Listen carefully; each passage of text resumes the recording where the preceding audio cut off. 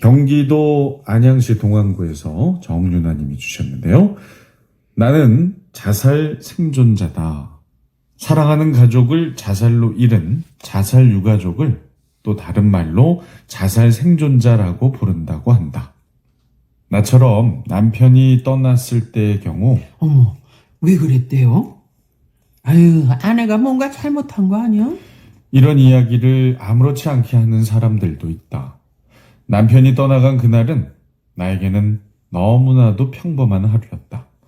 평소와 똑같이 따뜻한 포옹과 짧은 입맞춤으로 서로 인사를 나눴고 잘 다녀와요. 이따가 전화해요. 평소 출근하는 남편의 하루와 다르지 않았던 그런 아주 평범한 날이었다. 지나가는 말로 좀 알 수 있지 않나? 잘 좀 지키지 그랬어. 이런 말을 들으면 내가 왜 이런 말을 들어야 하지? 지금 나는 너무 큰 충격에서 벗어나지 못했는데 남은 가족은 그런 말을 듣지 않아도 내가 조금 더 살펴볼 걸. 왜 나는 그걸 느끼지 못했지? 내가 더 따뜻하게 말을 할 걸. 매일 그의 죽음에 대한 무거운 책임감과 죄책감으로 너무 힘든 시간을 보내게 된다. 그리고 그의 죽음 앞에서 애도도 숨죽여 해야 한다는 현실의 벽을 마주한다. 나를 걱정하는 분들 중엔 물론 나를 위해 또한 다른 사람들을 위해 남편의 죽음을 그냥 사고사로 포장하라고도 한다. 그럼 어떻게 될까? 아마도 이렇게 묻겠지? 무슨 사고? 질문은 꼬리에 꼬리를 물고 나를 또다시 괴롭힐 것이다. 준비되지 않은 이별을 한 나에게는 너무나도 가혹한 시간들이다. 남편의 장례를 준비하면서 가장 많이 들었던 말은 이것이다. 좋게 간 것도 아닌데 조용히 보내줘라. 사람들은 남편을 비난한다. 비겁하다고, 이기적이라고, 무책임하다고. 하지만 떠난 사람들은 나약하거나 무책임해서 그런 것이 아니다. 그 누구보다도 간절하고 강렬하게 삶을 원했던 사람이다. 부끄럽고 숨기고 싶은 죽음이 아니다. 만약 그런 마음이 든 사람들이 있다면 얼마나 혼자 외롭고 힘들었을까. 그의 마음을 조금이라도 헤아려 줬으면 좋겠다. 너무 외롭게 홀로 간 사람이기에 나는 그의 마지막 길을 많은 사람들의 애도를 받으며 명복을 빌어주길 원했다. 가는 길이 더 이상 외롭지 않기를 바랐다. 사실 나는 지금도 너무 두렵고 무섭다. 가족들이나 친구들이랑 같이 있을 때는 괜찮은 것 같았는데 나 홀로 있는 방 안에 갇히게 되면 그와의 시간에 갇힌다. 내가 왜 이런 고통에 놓이게 되었지? 내 자신에게 묻고 또 묻는다. 더 힘든 것은 지금 현실을 믿고 싶지 않다는 거다. 나와 남편은 너무너무 행복했다. 너무 행복해서 불안할 정도였다. 그만큼 나에게 완벽했던 사람이다. 남편이 나에게 남긴 편지에는 이런 내용이 있었다. 자신의 인생 중 가장 행복한 시간이었다고. 그래, 그거면 된다. 우리 서로 최선을 다했다. 서로 짧지만 뜨겁게 사랑했다. 그렇게 나는 나 자신을 다독인다.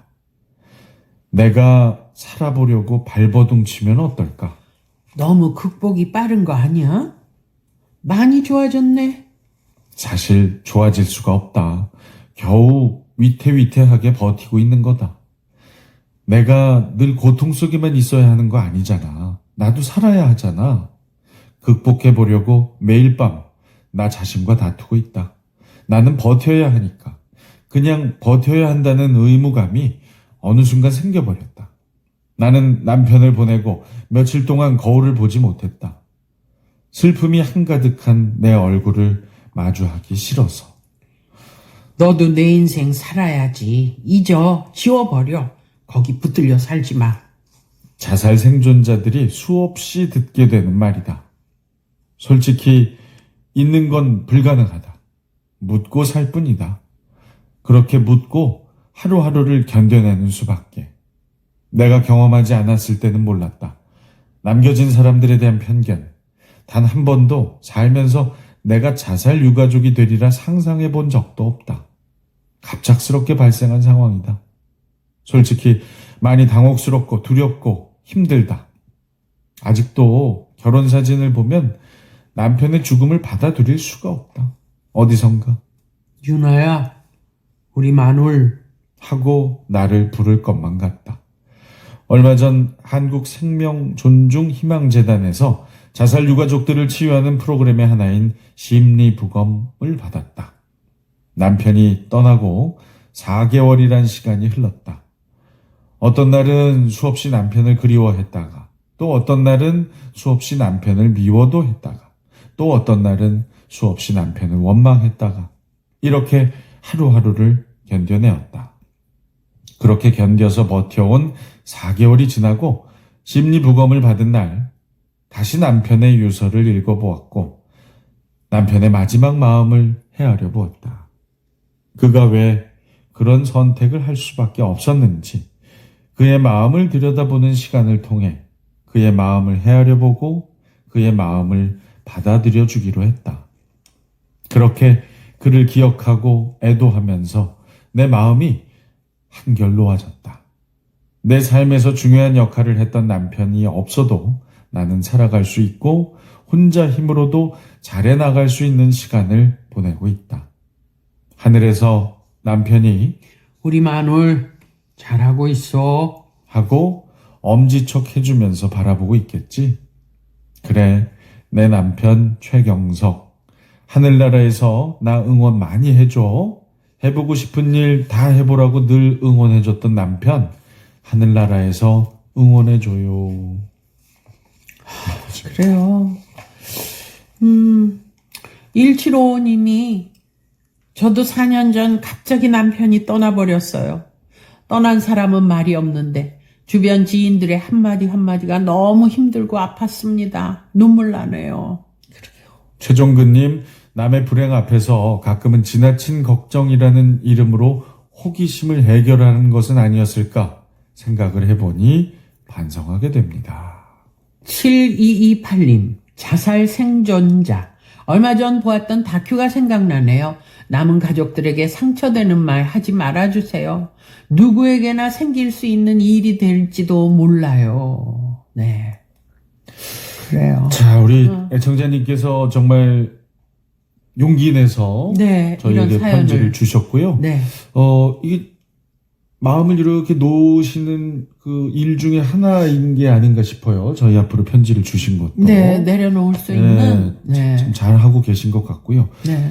조금도 도움 드리고 싶은 마음에. 또 비슷한 상황의 어려움을 겪는 분들이 계실 거라는 생각에 네. 전문가 선생님의 조언을 좀 구해 보겠습니다. 네.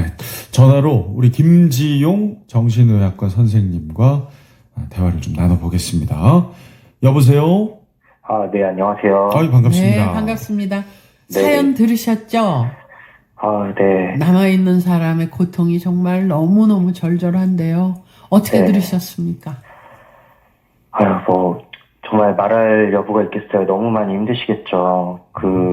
스트레스라는 거는, 어떻게 더 누구의 고통이 더 크다라고 순위를 매길 수는 없지만, 그래도 가장 큰 스트레스 1등이 이제 배우자의 사별이라고 해요. 네. 네, 특히나 예를 들어서 만성질환이 있었다, 이런 경우에는 좀 마음의 준비가 가능하겠지만, 네. 이런 경우는 갑작스럽게 오는 경우는 받는 충격이 배로 심하거든요. 네. 근데 그 와중에서도 네. 스스로 이제 위태위태하게 버티고 계시다 말하셨는데, 네. 그러니까 심리적으로 너무 건강하게 잘 대처하고 계시다는 생각이 들었고요. 어허.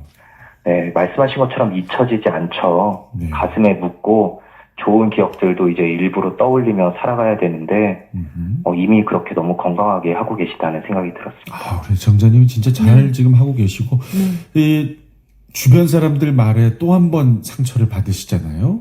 네네. 우리가 쉽게 해서는 안 되는 말들, 주의해야 될 이야기들 어떤 게 있을까요? 이제 아무래도 이제 우리나라가 자살하시는 분들이 세계적으로 가장 많은 국가이다 보니까 이제 캠페인도 적극적으로 하고 있어요. 그러면서 이제 많은 사람들이 알게 된 게 자살자는 이제 자살 실행 전에 경고 신호를 보낸다라는 사실을 캠페인을 통해서 널리 알리고 있죠. 네. 그래서 뭐 그 예시를 들자면 뭐 죽음에 대한 이야기를 많이 한다던가 뭐 자살한 사람들에 대한 이야기, 뭐 사후세계에 대한 이야기, 뭐 혹은 소중한 물건을 누구한테 주거나 이런 행동들이 사전에 있었을 것이다. 그걸 알아채야 된다라는 캠페인을 하는데요. 네. 그게 많은 경우에 있어서 맞는데 사실 전문가들도 못 알아채는 경우가 많아요. 이제 저도 제 환자분들 중에 이제 먼저 떠나신 분들의 경우에는 전혀 알아채지 못했었고요. 사실 또 많은 자살들이 충동적으로 일어나거든요. 네. 그런데 이제 사람들은 그 경고 신호를 보낸다는데 왜 가까운 사람도 못 알아챘어? 라는 식의 이제 비난들이 오는 경우가 많습니다. 예. 그래서 그 유족분들 중에 60% 이상이 이제 고인분의 자살 사실을 주변에 알리지 못한다고 해요. 네, 부정적인 편견을 받고 네. 비난받을 거에 대한 두려움 때문에 사실은 본인도 너무 힘드시니까 위로받고 아픔 나누는 과정이 필수적인데 예. 이제 알리지도 못하고 끌어안고 계신 거죠. 아, 그렇군요. 그거 왜 못 알아챘어? 이런 그러게, 얘기는 절대 그런 해서는 안 되는 얘기가. 얘기군요. 사연 주신 분이 받으셨다는 그 심리 부검이요.